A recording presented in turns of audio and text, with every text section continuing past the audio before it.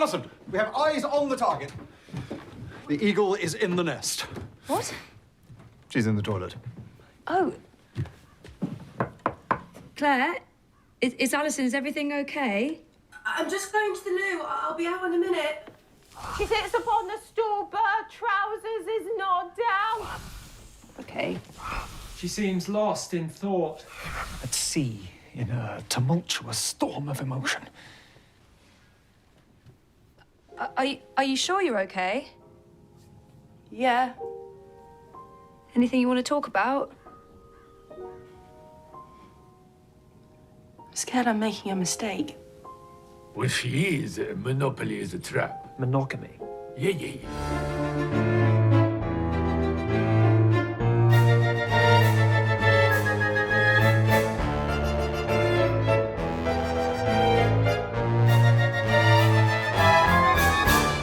Hello and welcome to Haunting Button House, a BBC Ghost podcast. I'm Luke and I am joined by Tash. And Shelley, who has decided to just sit at the table with us today while we record, so that's nice. So if you do hear her, it's because she's about a foot away from the microphone. How are you, Tash? I'm okay, thanks, Luke. How are you? I'm not too bad. What have you been up to this week? Up to anything, Nothing at all? No. Short one for you then. Yeah. All I've been up to this week, and I've not shut up about it since I started it, is watching Fallout. And you're probably sick of me talking about it. But yeah, that's all I've done this week. Mini review. It's good. It's really good.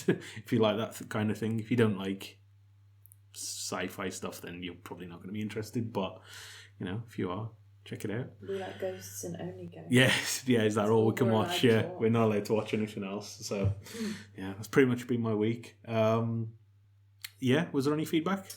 Yes. So, obviously, last week we asked about, are we too critical?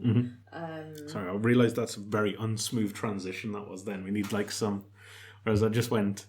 I mean, we're going to keep this in. I'm not taking that out. We're carrying on now. But I made it even more jarring now by pointing out how jarring it was. But, you know, continue. Anyway. So, yeah, we asked if anyone had any feedback about if we were maybe too critical of the series based on other feedback that we'd had. And I think the consensus was maybe, but probably no. So we'll just keeping on. Yeah. So yeah, as we don't need to go over like what we already discussed last week. So yeah, we'll just read out some other feedback. So obviously in the last episode we saw Mike eating a trifle in bed. And Belinda says the only place to eat trifle. I had no idea it was a thing until I saw this. I mean, I'd have really bad heartburn if I ate an entire trifle in bed. Like, there's no way that'd go well. And Claire said it would be all over the bed if this was me. And Hazel said, me too. At one point it was placed very neatly by Mike's side whilst he slept. Yeah, I'd probably end up putting my hand in it or like moving in the bed and flipping the trifle over. So. Yeah, and then Mary Ann said that she rates much more generously than us. And she said that, like us, she likes all the episodes, some more than others, and that she'll watch and rewatch them all. She'd give the last episode a solid 8.5, and she loves the Mike. She loves the Mike and the ghost dynamic throughout the episode. Love the neighbour's dog saving the day thanks to Robin, and that she found the crooks annoying. How dare they, and how stupid can you be? Well, to be fair, it was Jay's dad from the in-betweeners, so yeah. He's not the smartest of the bunch. And then, so discussing the rating system, Caroline said that another approach might be to rate purely against the episodes already viewed, and like this week's is better than last week's. But maybe not as good as episode 3. So that's something we could consider, because I guess we are going through each episode. You should say that, because I literally have a list of all the episodes ranked, and I just drop in. Do you remember Top Gear when they used to do the race thing? Starring what's it called? Starring a reasonably priced car. And they used to just like put their time where it's basically I'm doing that with the episodes. I'm like, well, is it better than that one? Worse than that one? So it goes there. God, you are really thinking this through more than I am. So Caroline agrees that she doesn't think we're too critical, and if we went, oh, this is brilliant every time, then the podcast wouldn't add much value. So we've seen Julian trying to leave over 100 times according to Robin's tally when he first became a ghost. And Caroline says, apologies, I didn't mean to insert myself into a podcast with my History Corner segment. I don't know. I'll be honest, Caroline, I'm waiting for your comment to find every week. Find out more stuff. Yeah. But Caroline said this episode doesn't raise any historical questions, so this week she'll give us religious studies corner for a change. Okay, there's some big words in here that I'm not sure. So King Herod Antipas, son of Herod the Great, was king of Judea at the time of Jesus' death, an area which included the city of Jerusalem. Jesus was put to death at Golgotha. Yeah. And just outside the city walls. Okay, well, there you so, go. because we I don't know why. I remember that we were discussing what Jesus do died. you know what? It's interesting when you're making a podcast. When you're listening to a podcast, you remember what they've said quite clearly, and it sticks in your head. Like there's podcasts I've listened to that have been like years long, and I can remember stuff from hundreds of episodes ago. I cannot remember what we recorded last week. Like genuinely, really like it just does not stick in my head. So Alison said, I think the lighting issue you were going to mention may have been Fanny's shadow appearing on the burglar's van. I remember it being discussed on several pages, along with seeing Thomas's breath when he was drowning himself in the lake. Yeah. That's so, it's really interesting, those kind of things, isn't it? I mean, we mentioned it and then you didn't actually say what you... No. It was different to what I thought it was as well. So. I thought it was, I can't remember. I'll be honest, I read the note and then forgot to take a note of it. And just, I was like, I remember there was a production note, but it's completely skipped me. So there you are. Thank you for that. We just let the audience fill in the gaps. Yes, definitely. And then Nathan said that he's catching up on our episodes.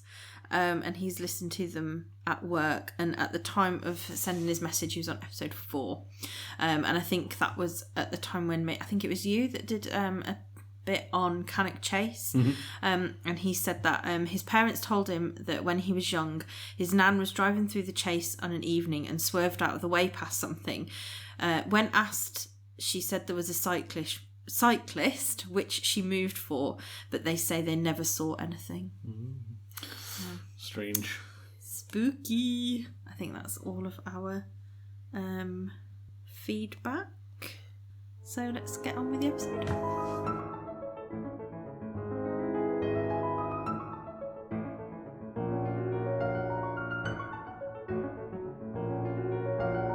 So before we get into the episode, we'd like to ask our listeners for more feedback, because that's what we love to do, is asking you to do things for us. It means we don't have to do anything, basically. So this episode is, which we'll get into, Series 2, Episode 6. So this is the last episode of Series 2. The main series. The main series. Before we do next week's episode, which will be the Christmas special. So we were hoping to do something similar to what we did at the end of Series 1, and ask for your feedback. So instead of Tash's spooky segment, we'll have some of your feedback. So if you could let us know your favourite character so far and why, and has it changed from Series 1? Your favourite episode or scene from Series 2, and your overall feedback on Series 2, and if you have any comparisons to Series 1. And we'd also really like to hear any podcast feedback, and also any haunted places from all over the world for Series 3. So we've gone from the Midlands to the UK, and now we're going to go to the world. We've already got one that we're going to look at, that someone has recommended. So yeah, anywhere from all over the world. We've got nowhere else to expand from here. I'm worried about Series 4. I can't lie. Is there any hauntings at the International Space Station? That's what I want to know. What about that monkey? The monkey? Yeah. What monkey? Didn't the monkey go up and get lost? He would have died there in space, yeah, but Exactly. get lost. I'm going to email NASA Yeah. and find out. I'm going to email Do you know what the sad thing is about those? Don't, sorts I of- can't cope. It's too much. They could never get them down, so No, they're just no, still no. floating No, around. no. Terrible. Don't say that. So, was there anything else to... Well, the only other thing was that we should have said earlier, but we forgot, is that next week's episode will be out on Wednesday, but it will be a bit later on in the day. So, Definitely. definitely. I'm not going to sugarcoat it. Definitely will be later. Let's get on with the rest of the episode then. So today we are looking at Perfect Day, which is episode 6 of series 2. It was directed by Tom Kingsley, written by Matthew Bainton and Jim Howick, and the original air date was the 26th of October 2020.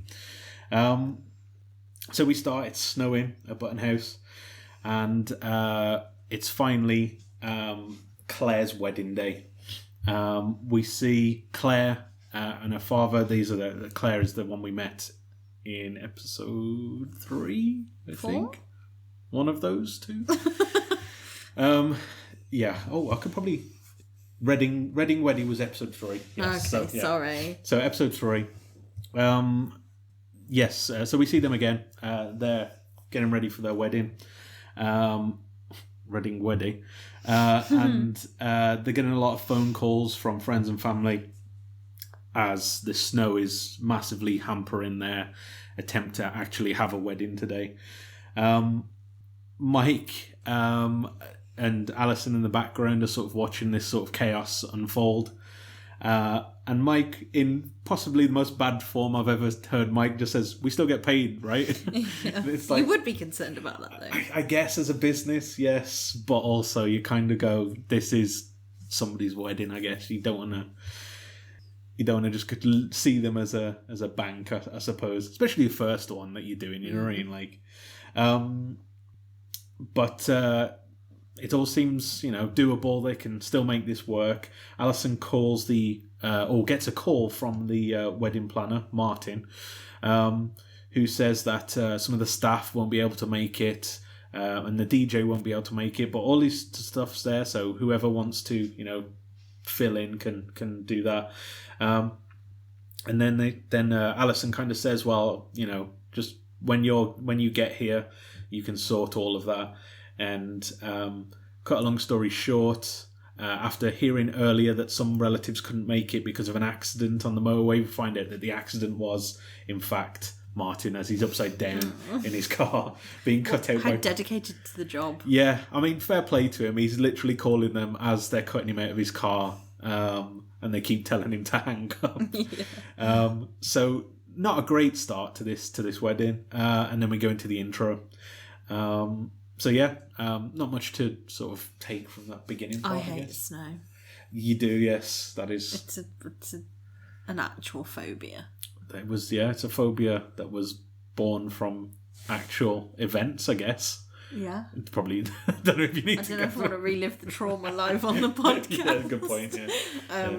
But yeah, that's why we got married in April, when there was no chance of snow. No. But then we've had monsoon weather today. So. Yeah, April's a strange one. You can get normal spring weather, or you can get snowstorms, and you literally I've seen that in April as well. So it is weird. I'm especially guessing in this the UK. is closer to Christmas though, because it's going to be winter maybe, because it's thick snow. It's not just a little bit of snow. Well, you would assume this takes place before the Christmas special. Yeah, it all goes chronologically, so I guess it must be before Christmas, November. There's a good chance of snowing in November. So, so after the intro, Kitty is sort of looking at all the few people that are arrive.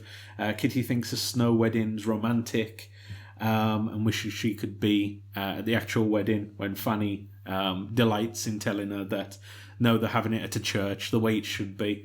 Kitty sort of... I love Kitty in this episode because she's more of a upset teenager than she's ever...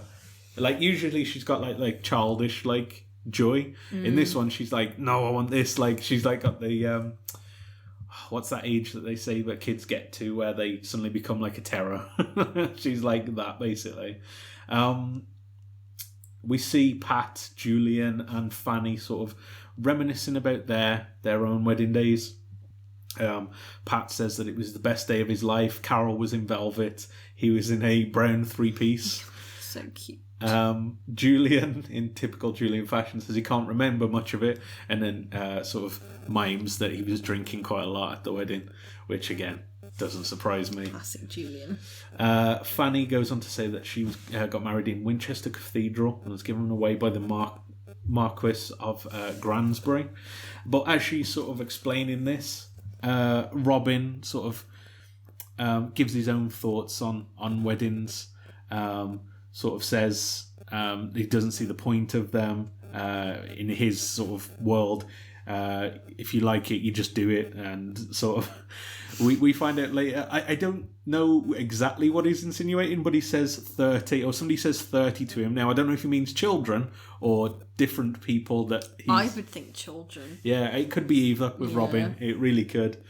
And when they all sort of call him out on this sort of caveman behaviour, he sort of points out that Pat's wife cheated on him, Julian cheated on his wife, and Fanny cheated on her with two other men. So he kind of, at this point, you go, yeah, he does kind of have a point with these ghosts anyway. As I sit opposite my wife, I don't know if I should be making that point.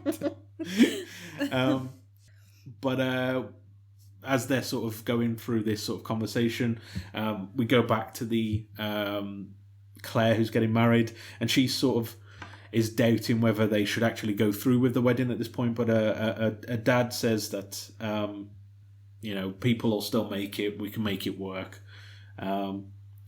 The captain gets really excited that some of the people might have to hike to the church. But they quickly realise that's not doable. They're not going to be able to get to the church.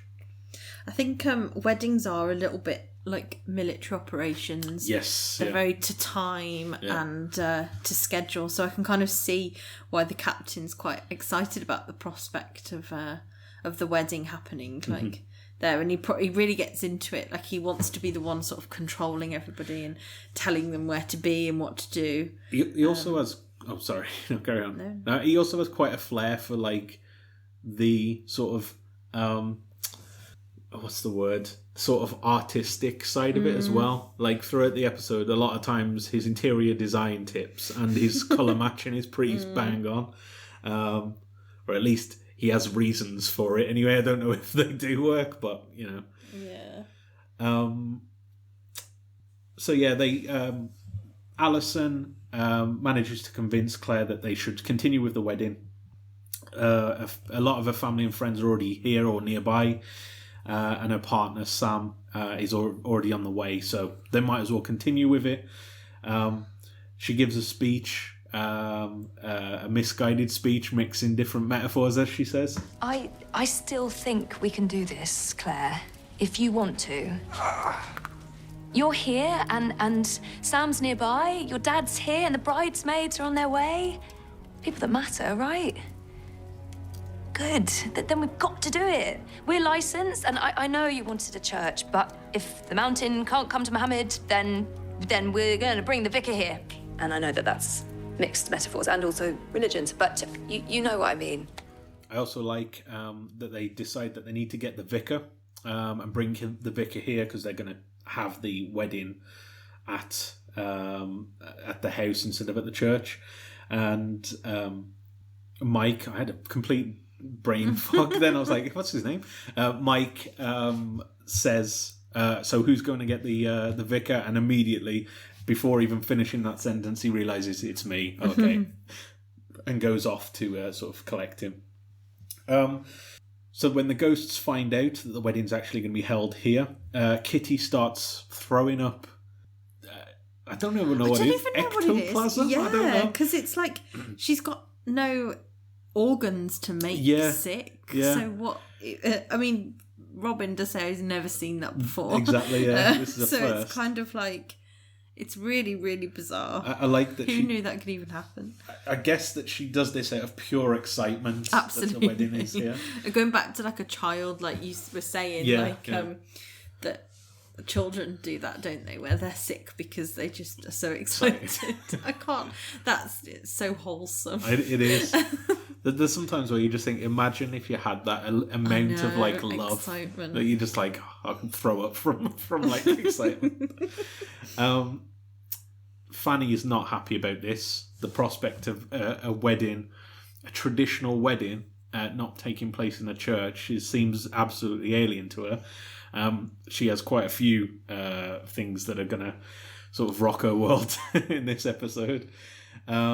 She doesn't like it when things aren't proper, as Exactly, she thinks is proper. Yeah, there's a lot later on. She's sort of critiquing everybody's like dress as well.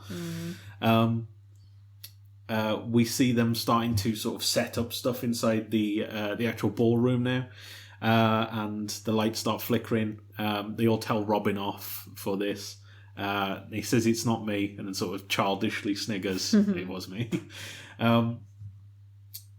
We see Claire in another room. We see a lot of Claire actually in this episode. Like for being like quite a small character in the other episode, I'd say that she's in this like as more of a main character in this specific episode. Anyway.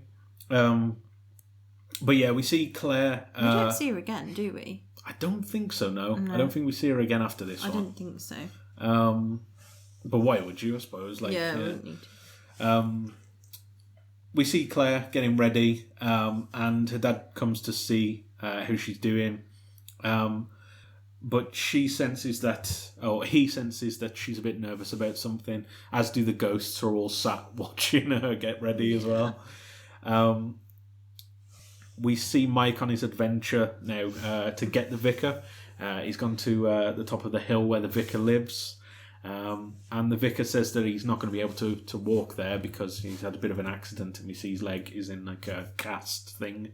But Mike is prepared and proceeds to slay him down the hill. Slay him I down. don't know what the verb is for slay. Sledge. Sledge? Maybe? No. I'm not sure. Yeah, anyway, he puts him on a bit of wood and fires him down the hill with him on it as well. And we do find out later that it took so long for the vicar to get there because he wanted to do it twice. Yeah, I love that. I can't remember the last time I've been on like a snow like sleigh, whatever I've it never is. done it, nor will I ever. No, that's true. This is where we see Fanny and I think it's Julian. No, it's the captain. They're sort of watching the guests come in, and Fanny's sort of, as we said, is upset by all of their fashion choices. She doesn't like ladies wearing trousers, does she? She does not know. She finds it morally objectionable, I think. And then we see that Pat notices some guy at the wedding. And the other guests, the other ghosts notice him as well. And all of them, apart from Julian, seem to recognise him but don't know where from. And they can't put their finger on it. Julian says, "Is it Dennis Waterman?" To which Pat says he'd be about 70 at this point. And then Robin guesses that he's Mick Hucknall. How would he know who Mick Hucknall is? Where has he picked up this knowledge? YouTube? Maybe, yes. Yeah. We find out that he can't be him because he has dreadlocks.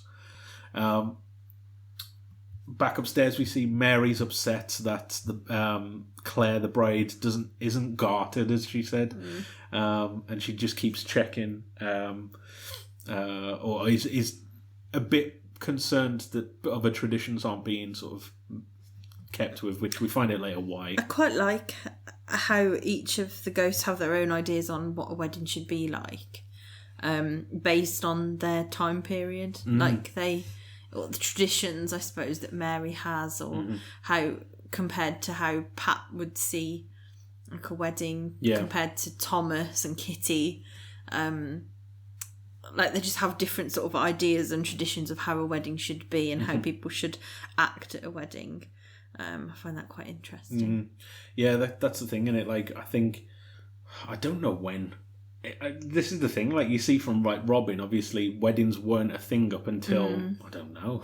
No, this is a question for the Caroline. audience. Yeah. When was wedding? When that's a terrible way to word it. When was weddings? When were weddings sort of at first a thing? Like, because I don't think it's purely a Christian thing. Like, it's before that, surely, but I don't know when. So yeah, they've all, and from then, how different it's become. You know, You know like, that we should really be looking this up, not relying on other people to tell. I'm too busy reviewing ghosts. So yeah, we then see that Claire's partner arrives. Now, it's not said up until this point. They just keep saying her partner's called Sam. So naturally, the audience and the ghosts assume that Sam is a man. And when Sam arrives, Fanny is absolutely mortified that Sam is in fact a woman, and this is a same-sex marriage. And Alison says that that's legal now. That's normal. And Fanny just cannot get her head around this and storms off in a huff. Again, just very. None of the other ghosts seem to be bothered though. No, they Just don't. Fanny. Yeah, it is weird though. Like, I wonder how frowned upon same-sex relationships were, because like, it's like, how far back was it like taboo? If you know what I mean, like, and when did it start becoming more and more taboo? It's weird. I don't know. I feel like we've got I feel like the 17 to 1900s onwards, we're probably the most repressed we've ever been. You know what I mean? Yeah. But we always just think, it's come from like years and years ago. But We can kind of also think maybe Fanny has, because of what happened to her. True. Yeah. But still, She has like shouldn't be so prejudiced. personal prejudice. Yeah. I was watching the captain throughout this, but he didn't really like have a reaction to it. I wondered if he'd have more of a reaction, but he didn't really seem to do anything at that moment. Kitty also sees that the bridesmaids are entering, and they're all wearing maroon, I think they say. Burgundy. Is it burgundy? Yes, it's close. Maroon's not too far off. To which, this is where the captain sort of says that it's the perfect accompaniment colour to white. But Kitty, realising she's also wearing burgundy, realises that she could be a bridesmaid. I love, again, at this moment where she just screams, "Please, can I be a please?" And like, she like, absolutely loses it.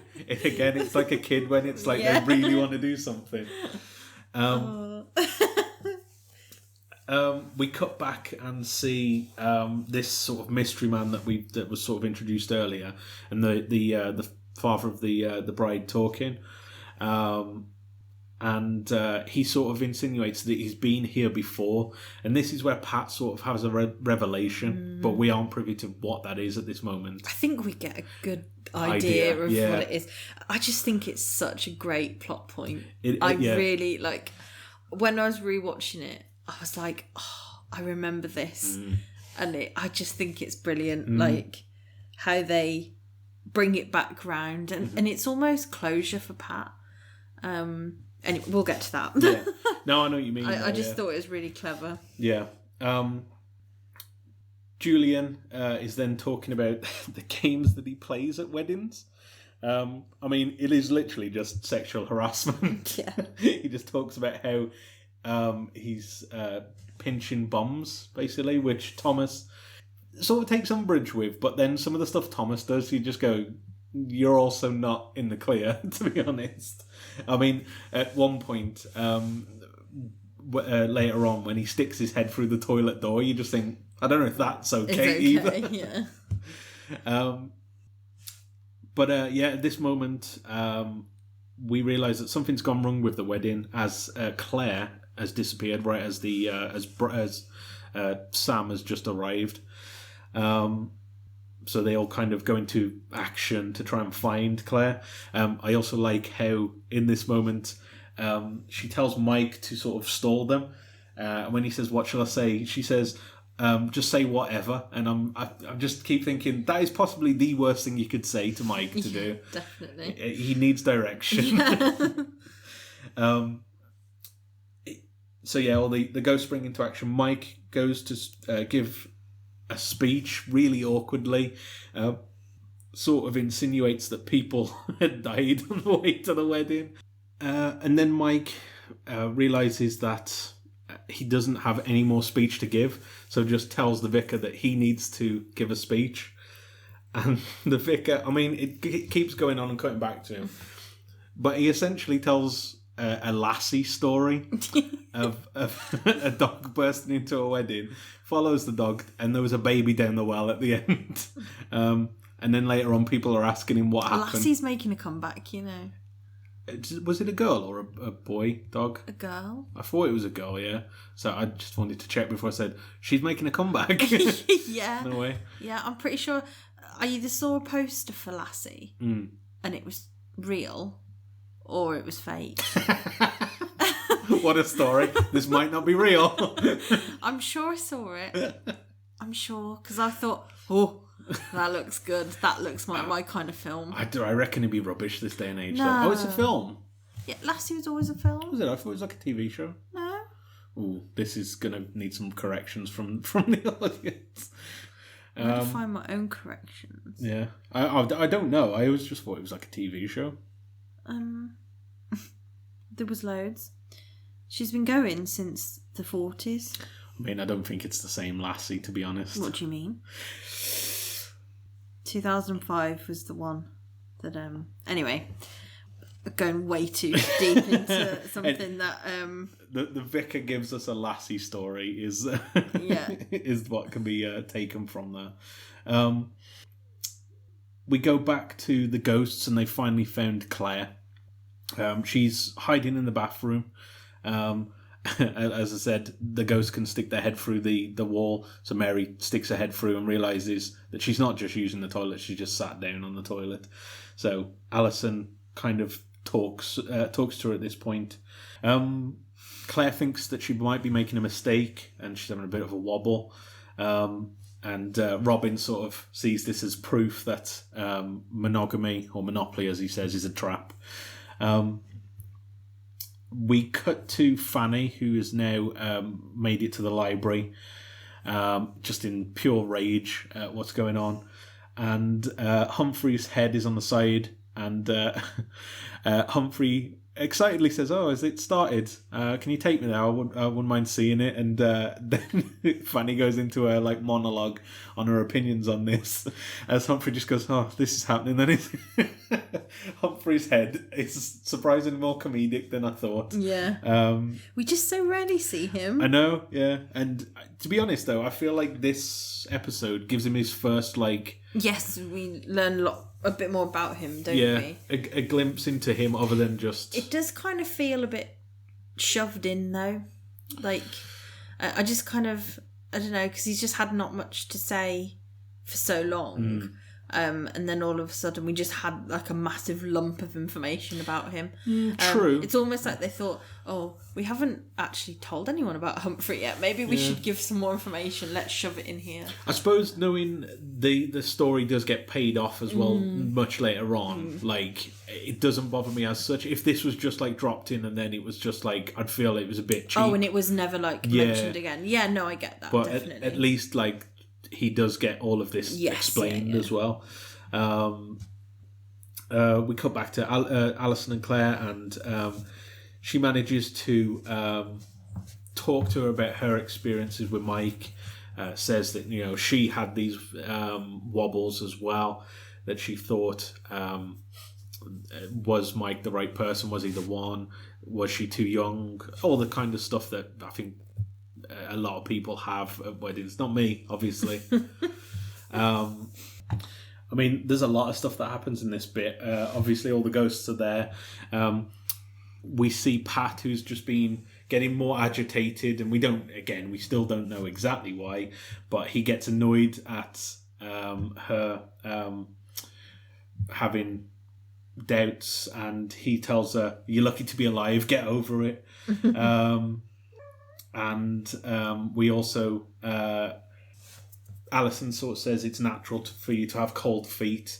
And then Robin kind of says, well, of course, it's snowing.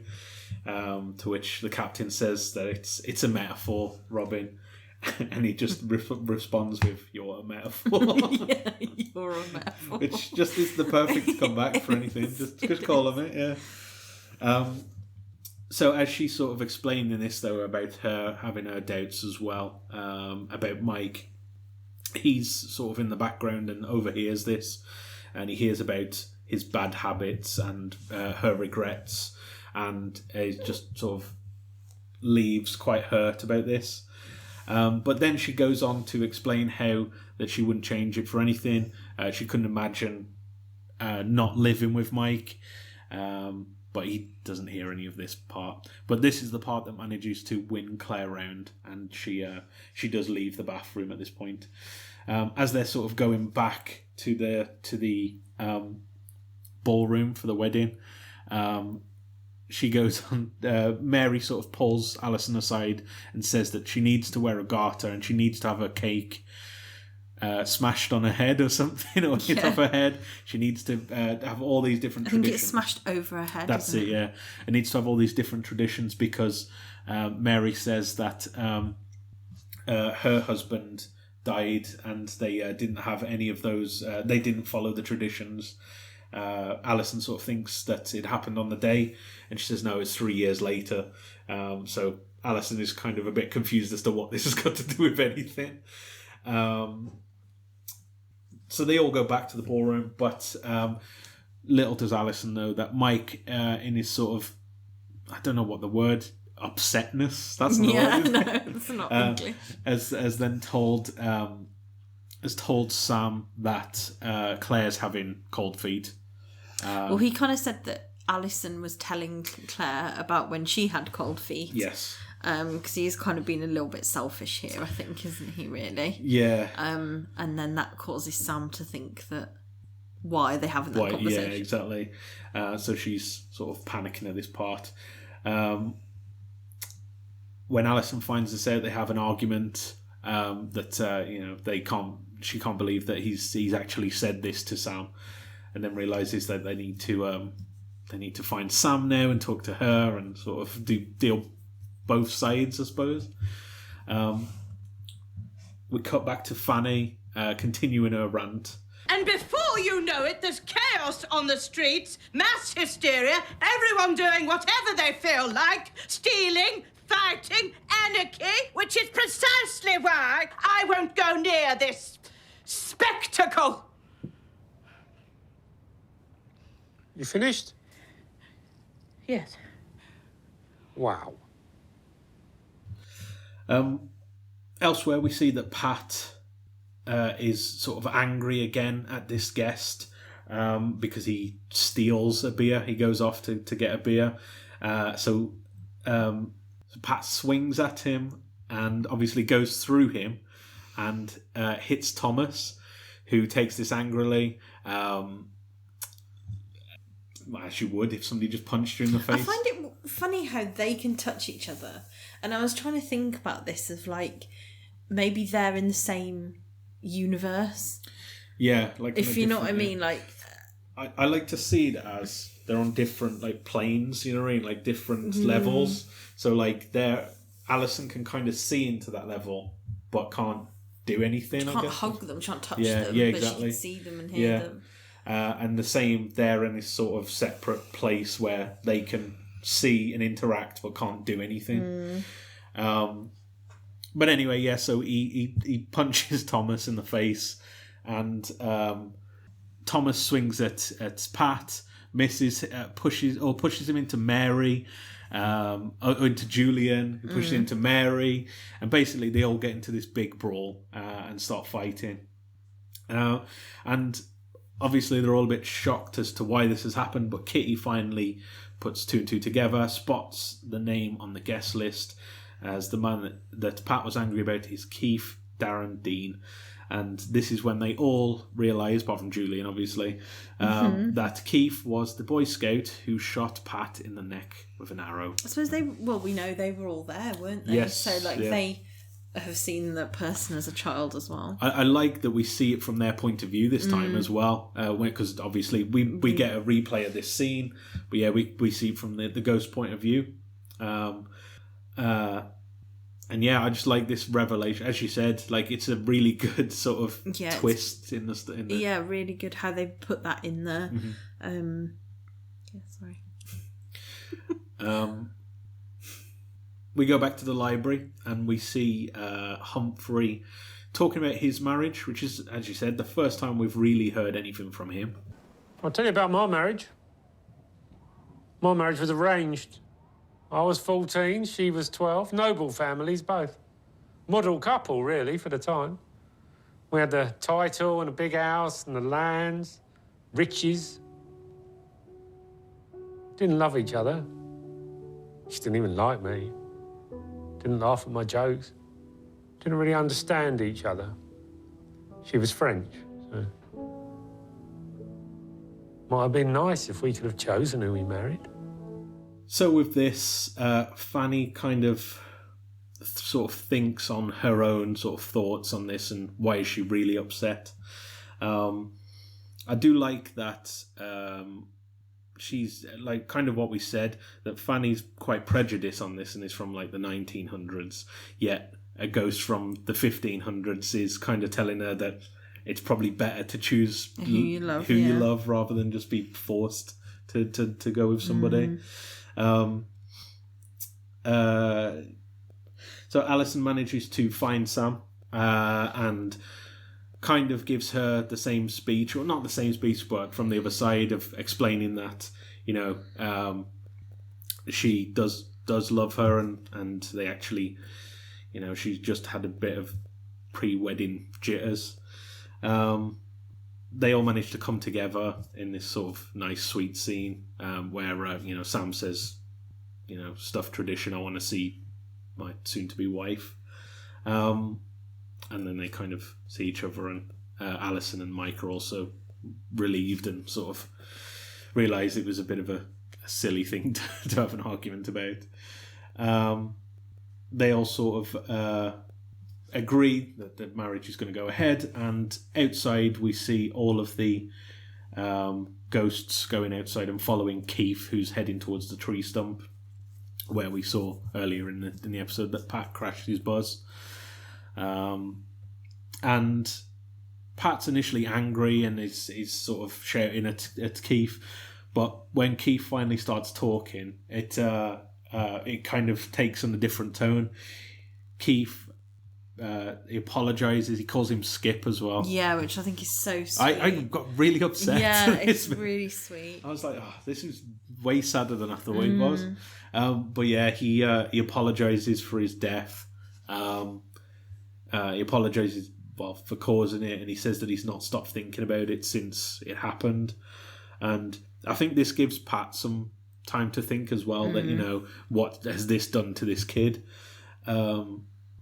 And he kind of admits that it was his fault for letting a kid have a bow and arrow. So they kind of reconcile, although I guess Keith doesn't realise. I don't know, though, maybe he does. Maybe he gets a feeling, because he seems at peace when he goes back into the... I think we missed a bit, you know, when we were talking about when Pat realised who he was. We missed a bit when Keith... Obviously, we don't know who's called Keith at that point, but was saying how he'd been to Button House before. Yeah. Did you say that? Yeah. Do I not listen to you? I'm sure I must zone out because... I'm sure I did. We'll have to check the tape. Yeah, that's a good thing about this, is that it's been recorded. I'm sure that we forgot that. I'm sure that wasn't mentioned, but maybe it was, and I just don't listen to you. But yeah, it's really sort of closure for them both, isn't it? Yeah, definitely. For Keith to go back to that. I mean, would he have got into trouble? Like, I mean, it was manslaughter at the worst, I suppose. He didn't mean to do it. I guess it all depends. Like I said, if all the other kids said, oh, it was an accident, or, you know... Should Pat have even been on his own with all those children? Well, this is the 70s. Things were way different back then. I guess. But yeah, from a health and safety perspective, not from any other perspective. Yeah, like, you know, it's yeah. This raises a good question though. With Pat, will he ever move on?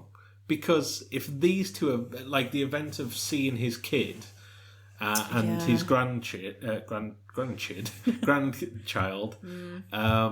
and then obviously having this sort of forgiveness of the chap that killed him, what would make him move on?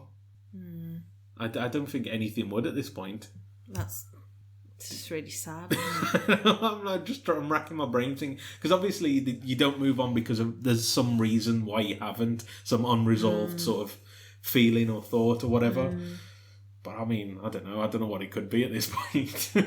Let us know. I know there's some other stuff later on that we see related to Pat, but I don't think it ever gets any more like any more closure than this, I suppose. I don't know. But yes, so back at the wedding, they all go back inside now, and we see Mike, because obviously somebody needs to play the wedding march song. He sets it up on his phone, which initially starts playing like DJ music, and goes into the wedding march as the two brides sort of walk down the aisle. With Kitty. In tow. I love how happy she looks. I know, yeah, she's over the moon. Especially later on as well, when she's sort of doing more bridesmaid duties.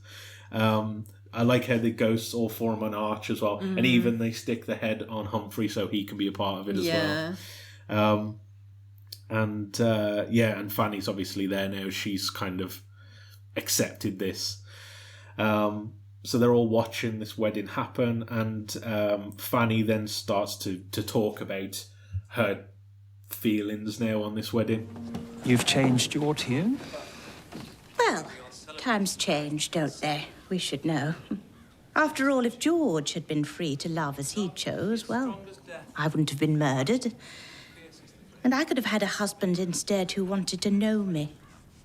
And when I say no, I mean that would have given me a really good... Fanny gets surprisingly X-rated at this point as well. More so than I've ever heard from her. To which none of the ghosts appreciate hearing. And then we kind of end off in this part with everybody at the disco at the end of the night. They're all dancing. Pat is happy that Keith remembers his knots as he has to repair something that's falling down, basically. Julian is going around pinching bombs, which seems to work because the woman that it happens to is quite flattered that it's some guy next to her. And yeah, they're all just dancing. As I forgot to mention that Kitty gets thrown the bouquet, but obviously as a ghost she can't catch it. But you know that she knows that she would have caught it if she weren't dead. I can't remember if there's any other things in this sort of scene that happen before it goes to the end, the very end bit anyway. Is there anything else that the ghosts were doing that was fun?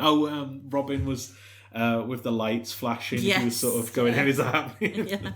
I'm trying to remember what all the other ghosts are doing now.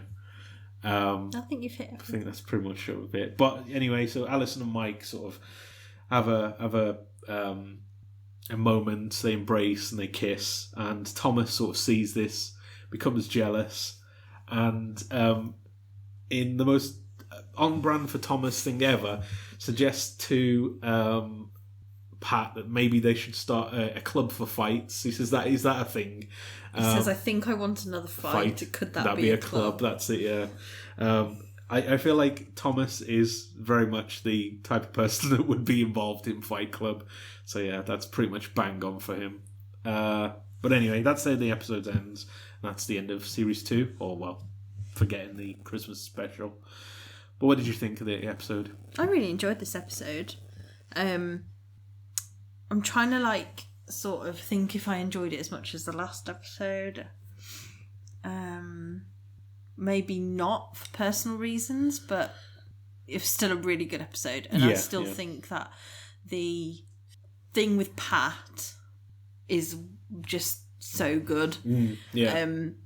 I just think I was so shocked. Not shocked, but like I kind of remembered that little bit as I was watching it, and I was like, oh, I remember that. And that was I remember thinking at the time, like, that's so clever how they've like wrapped that into this episode, and sort of given more depth to that and closure for Pat. So it's a lot more emotional than I remember this episode. Again, it's a BBC, like a normal standard BBC sitcom, 30-minute sitcom that has quite big themes in it. So in this, like, you're tackling the anger of somebody who's been killed and feels wronged by that, and like coming to terms with the person that actually did that. And you also have the story with Fanny not being accepting of a same-sex like relationship because of her past issues, and it all coming together in the end, obviously. But most like just sitcoms at that kind of time on BBC would not be tackling stuff like that, I don't think. And it definitely shows that this is it's a bit different. Clever, I think, is like a good word to describe it. The only negative, I think, was it was a bit light on jokes, but I think that was because of the type of episode it was. Yes, I thought exactly the same. So that's why. I think my score, if you'd like it, if I'd have knocked off so last week was a 9. I'd have knocked off a point just because there wasn't as many. It made me think and feel more. But there wasn't as many jokes. Maybe I wouldn't quite knock off half a point. Either way, whichever way you swing it, I'd still give it an 8.5. An 8.5.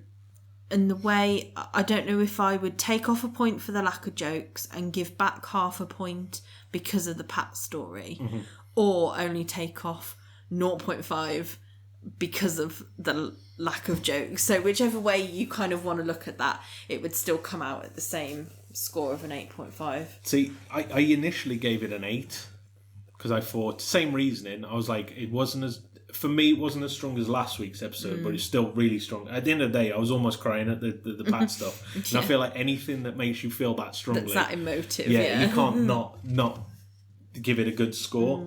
So I did give it an 8, but to be honest, like an 8.5 probably fits better. So I'm tempted to give it the same and give it an 8.5 because it's quite at the top end of the ones that I've given an 8 before. So let's give it the same.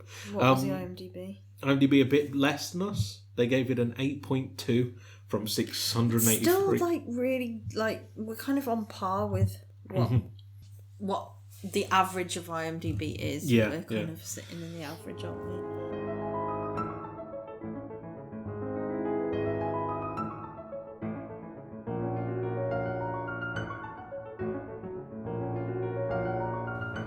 So this week I'm starting the segment. It is Tash's spooky segment, but as I've been saying for the last 5 weeks, maybe, that's how long it takes me to finish a job, apparently. I've actually made a segment sort of intro. So you've not heard it yet. So I'm going to play it to you now. And you're going to give me a live reaction to it. Okay. Now, this could go horribly wrong and you go, we're not using that. That it's is awful. Terrible. Okay. I'm sure that won't be the case. But yeah, just press play. Okay. I'll just edit it in. Ready? Yeah. Welcome, spirits and spectres, to Tasha's Spooky Corner.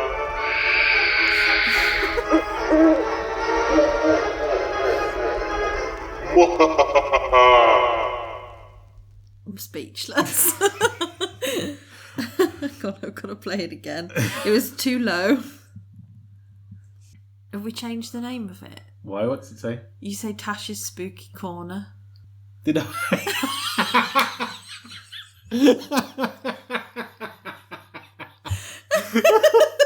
Oh, that's what it's called now.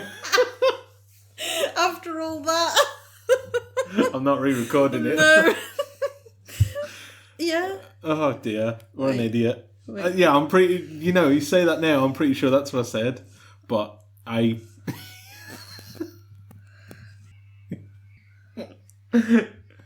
Oh, dear. I mean, it's great, but you definitely say Yeah, I that. definitely said the wrong thing. No, I believe you. I heard it then when you Oh, did listened you? to it. Never mind. Oh well, Tasha's spooky corner it is. Right, well, here we go. It's like the worst type of Muller corner you can get. You should add that in. Yeah. The worst type of Muller corner you can I get. tried to give it my most Dracula-esque voice that I Yeah, could it's do. quite good to be fair. Yeah, well, we'll let the viewers at home decide. Yeah. Anyway. So this week, in Tash's spooky corner /segment, Nick has given us a place to look at. So thank you, Nick. And we are looking at Bosworth Hall Hotel and Spa. So situated in the heart of the Warwickshire countryside, Bosworth Hall Hotel and Spa is a beautiful Grade 2 listed mansion. When it comes to scenic hotels, there are very few that can compare with Bosworth Hall. Are you advertising for Well, them? yeah. Set within acres... This is taken direct from their website. Oh, okay, yeah. Set within acres of beautiful countryside in the heart of the East Midlands, the stunning building is like no other, with its beautiful decor from inside to out. Bosworth Hall's past is bursting with history and intriguing facts surrounding the hall's construction and takeovers, which span from the last 5 centuries. And if you want to book today, you can book at www. So Bosworth Hall was not initially built as a hotel, but instead served as a private home for the Dixie family, whose patriarchs held the title of Baronets of Bosworth in its early years. The grounds on which the hotel stands were first purchased by Wolston Dixie, Lord Mayor of London, in 1589. Bosworth Hall was not built until several years later, when the grounds had passed on to the ownership of Sir Beaumont Dixie, a baronet who was the builder of the hall. The title of Baronet of Bosworth was created in later years and given to the head of the Dixie family by King Charles II in 1660. The Reformation. So that's the 1660s thing. It's Charles II, I assume. It is believed on the grounds that Sir Walton had. It is believed, that Sir Walton Dixie had a daughter, Anne, and they lived on the grounds. She was in love with the gardener's son, and when Sir Wolston became aware of the relationship, he is said to have been horrified and livid with rage. He contrived a ghastly solution. Sir Wolston duly set vicious man-traps in the ground of Bosworth Hall, hoping to ensnare Anne's unsuspecting suitor.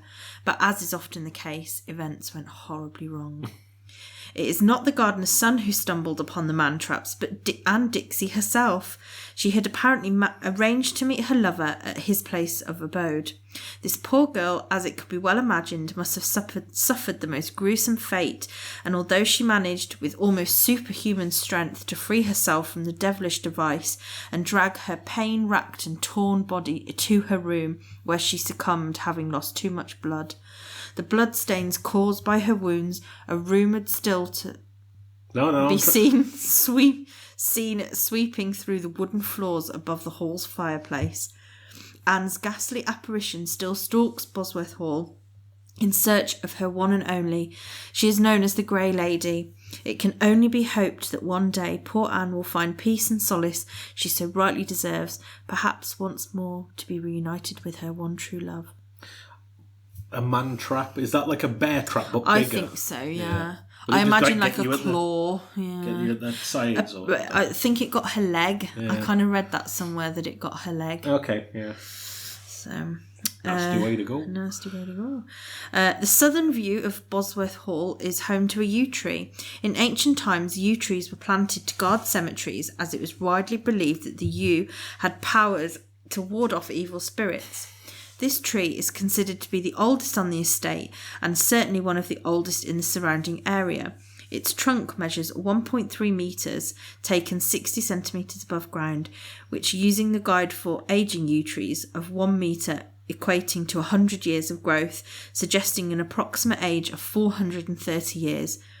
This must be taken as an approximate, as the trunk is not uniformly circular. I find trees mad. Mental, they can be that old. I know. Think of if they had eyes. Well, who's or to brains. say that they? Well, who's to say that they? They don't. In 1936, and for the following 20 years, Bosworth Hall and adjacent grounds were used as a public hospital, the infirmary. During World War II, the infirmary housed injured military personnel and went on to cater for long-term patients up until 1957, when the hospital had to shut due to being short-staffed. It wasn't until the 1980s that it was eventually turned into a hotel, and even then it was met with many bumps along the way. The firm, originally hired to convert the hall into a hotel, went bankrupt before construction could begin. Due to this, Bosworth Hall was faced with the issue of becoming neglected and left as a derelict property. Nevertheless, Britannia Hotels made a successful bid, turning the stately home into both an impressive and charming hotel. Well, there you go. And you can find this. I'll be honest, I hadn't really heard much of Bosworth Hall. No. I'd heard of Bosworth from because it was like Is this something like the Battle of Bosworth? Battle of Bosworth Field was like War of the Roses, which was like 1400s. So like before when that was like a thing. But that's the only thing I know. I didn't know where Bosworth was, but it's near Leicester apparently, so not too far. Yeah. Well, interesting. Thanks, Nick, for recommending that place. Thanks for listening. We love to hear what you think, and if you'd like to keep up to date with when new episodes of the podcast are released, you can follow us on our Instagram and our Facebook profile. Just search Haunting Button House. You can also get in touch via email at hauntingbuttonhouse@outlook.com.